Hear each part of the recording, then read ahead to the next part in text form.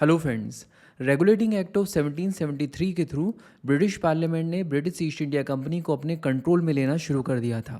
Obvious सी बात है कि इससे ब्रिटिश ईस्ट इंडिया कंपनी को तकलीफ तो होगी, क्योंकि इससे पहले तक वो बिना रोक टोक इंडिया में काम कर रही थी, बिना ब्रिटिश पार्लियामेंट की दखल अंदाजी के। तो अब बड़ा क्वेश्चन ये बनता है कि वो क्या रीजंस थे जिसकी वजह से ब्रिटिश पार्लियामेंट को ब्रिटिश ईस्ट इंडिया कंपनी को रेगुलेट करने की ज़रूरत पड़ी, और उन्होंने 1773 में इस रेगुलेटिंग एक्ट ऑफ 1773 को पास कर दिया। तो देखिए, बात यह है कि इससे पहले की वीडियोस में हम ये ऑलरेडी देख चुके हैं कि ईयर 1700 तक ब्रिटिश ईस्ट इंडिया कंपनी ने भारत में अपनी मद्रास प्रेसिडेंसी, बॉम्बे प्रेसिडेंसी और बंगाल प्रेसिडेंसी को ऑलरेडी इस्टेब्लिश कर दिया था।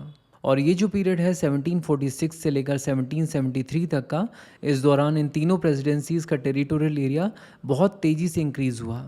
और इसका मेन रीज़न ये है कि इस दौरान ब्रिटिश ईस्ट इंडिया कंपनी ने इंडिया के अंदर कई सारी वॉर्स में पार्टिसिपेट किया और इन सभी वॉर्स को जीता। इन सभी वॉर्स को हम ऑलरेडी डिटेल में कवर कर चुके हैं, और इसी के साथ साथ हम लोगों ने ये भी देखा था कि बैटल ऑफ प्लासी और बैटल ऑफ बक्सर के बाद 1765 में ब्रिटिश ईस्ट इंडिया कंपनी को बंगाल की दीवानी मिल गई थी, यानी लैंड रेवेन्यू कलेक्शंस के राइट्स। इसका मतलब ये कि 1773 तक सिचुएशन ये हो चुकी थी कि ब्रिटिश ईस्ट इंडिया कंपनी अब भारत में सिर्फ कोई एक ट्रेडिंग कंपनी नहीं थी, अब ये एक टेरिटोरियल पावर बन चुकी थी जिसकी अपनी खुद की आर्मी थी, रेवेन्यू सिस्टम था और भारत के एक बड़े हिस्से के ऊपर पॉलिटिकल कंट्रोल। तो अब इस अंडरस्टैंडिंग के साथ हमें ये भी पता होना चाहिए कि British East India company actually में ऑपरेट करती कैसे थी। तो इस चीज़ को समझने के लिए सबसे पहले हमें बात करनी होगी ब्रिटिश ईस्ट इंडिया कंपनी की ट्रेड मोनोपोली की। तो अगर आप मॉडर्न हिस्ट्री प्लेलिस्ट को फॉलो कर रहे हैं तो आपको पता होगा कि ये चीज़ हम पहले भी देख चुके हैं कि ईयर 1600 में क्वीन एलिजाबेथ फर्स्ट ने ब्रिटिश ईस्ट इंडिया कंपनी को 15 ईयर्स के लिए एक चार्टर ग्रांट कर दिया था, जिसके अंदर ब्रिटिश ईस्ट इंडिया कंपनी को एक्सक्लूसिव राइट्स दिए गए थे कि केप ऑफ गुड होप और स्ट्रेट ऑफ मैगलन के बीच की जितनी भी ज़मीन है उसके ऊपर सिर्फ और सिर्फ ब्रिटिश ईस्ट इंडिया कंपनी ही ओनली इंग्लिश कंपनी होगी जो कि ट्रेड कर सकती है। और क्योंकि अब हम लोग बात कर रहे हैं 1772 की, तो 1600 एडी से लेकर 1772 तक लगभग हर 20 साल में ब्रिटिश पार्लियामेंट इस चार्टर को लगातार रिन्यू करती रही। यानी ईस्ट में ट्रेड करने की ब्रिटिश ईस्ट इंडिया कंपनी के पास जो मोनोपोली थी वो 1772 में भी कायम थी। तो ये तो बात हो गई ब्रिटिश ईस्ट इंडिया कंपनी की ट्रेड मोनोपोली की। चलिए अब देखते हैं कि ब्रिटिश ईस्ट इंडिया कंपनी के ऊपर कंट्रोल किसका था और वो ब्रिटिश ईस्ट इंडिया कंपनी को किस तरह कंट्रोल करते थे। तो देखिए, यहाँ पर सबसे पहली चीज़ जो समझने की है वो ये कि ब्रिटिश ईस्ट इंडिया कंपनी एक कंपनी थी जो कि इंडिया में ट्रेड करने के लिए आई थी। और जैसा कि होता है कि एक कंपनी के बहुत सारे शेयर होल्डर्स होते हैं, तो इसी तरह से ब्रिटिश ईस्ट इंडिया कंपनी के भी बहुत सारे शेयर होल्डर्स थे जो कि लंदन में रहते थे। इन शेयर होल्डर्स को कोर्ट ऑफ प्रोप्राइटर्स कहा जाता था। बट किसी भी कंपनी को शेयर होल्डर्स रन नहीं करते हैं, कंपनी को रन करते हैं उसके डायरेक्टर्स।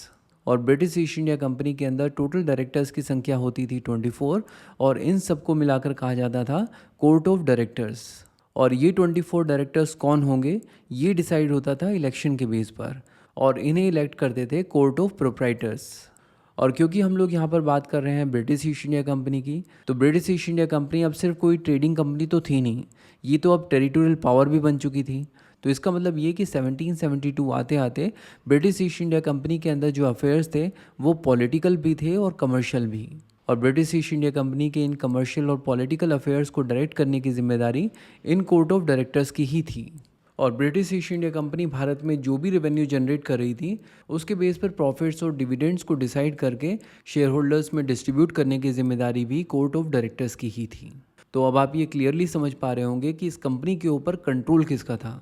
लेकिन अब यहाँ पर यह भी समझना ज़रूरी है कि लंदन में बैठे हुए ये कोर्ट ऑफ डायरेक्टर्स इतनी दूर भारत में काम कर रही इस कंपनी को किस तरह से कंट्रोल करते थे। यानी हमें देखना होगा कि भारत में इस कंपनी को किस तरह एडमिनिस्टर किया जाता था।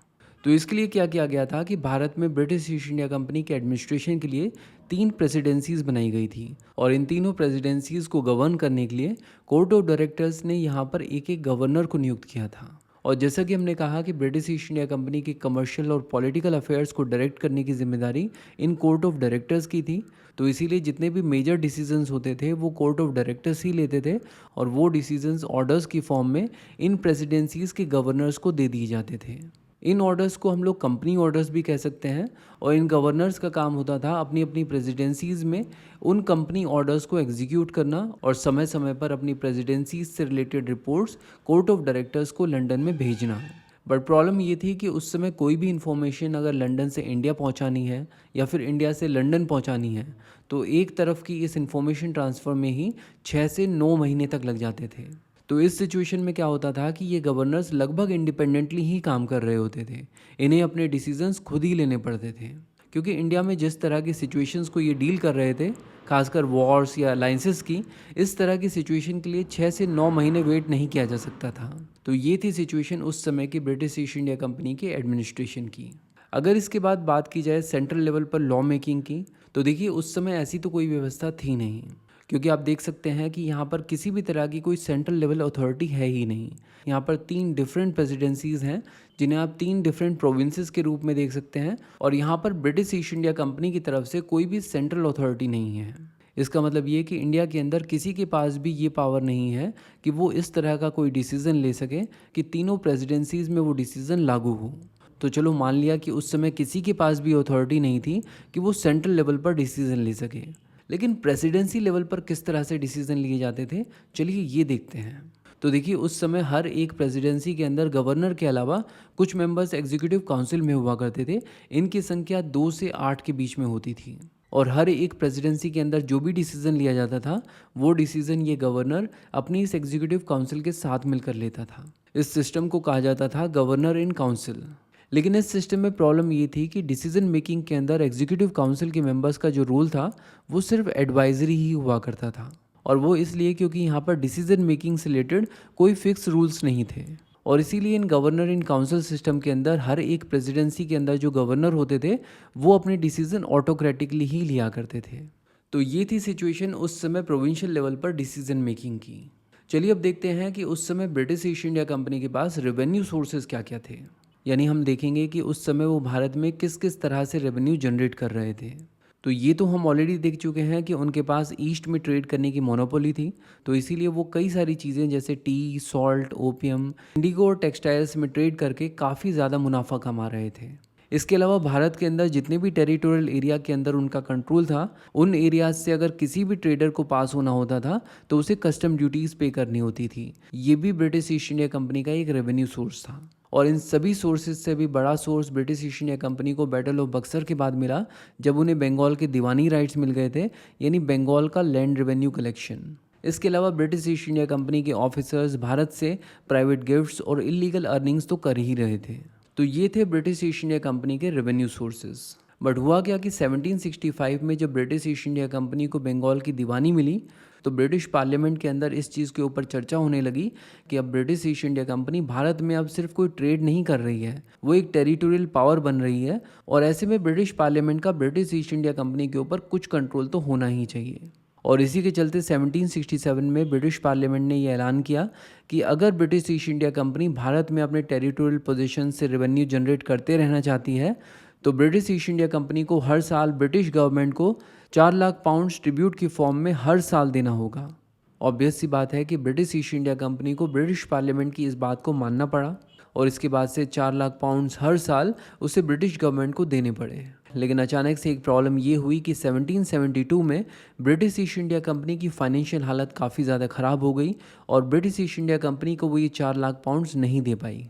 उल्टा ब्रिटिश गवर्नमेंट से ही British East India company loan की डिमांड करने लगी। इस तरह की सिचुएशन को देखकर ब्रिटिश पार्लियामेंट को ये बात समझ में आ गई कि इतने अच्छे रेवेन्यू सोर्सेज होने के बाद अगर British East India company financially bankruptcy की हालत में आ चुकी है तो ज़रूर यहाँ पर कुछ ना कुछ गड़बड़ हो रही है, और इसीलिए ब्रिटिश पार्लियामेंट ने रेगुलेटिंग एक्ट ऑफ 1773 पास करके ब्रिटिश ईस्ट इंडिया कंपनी के ऊपर अपना कंट्रोल बढ़ाना शुरू कर दिया।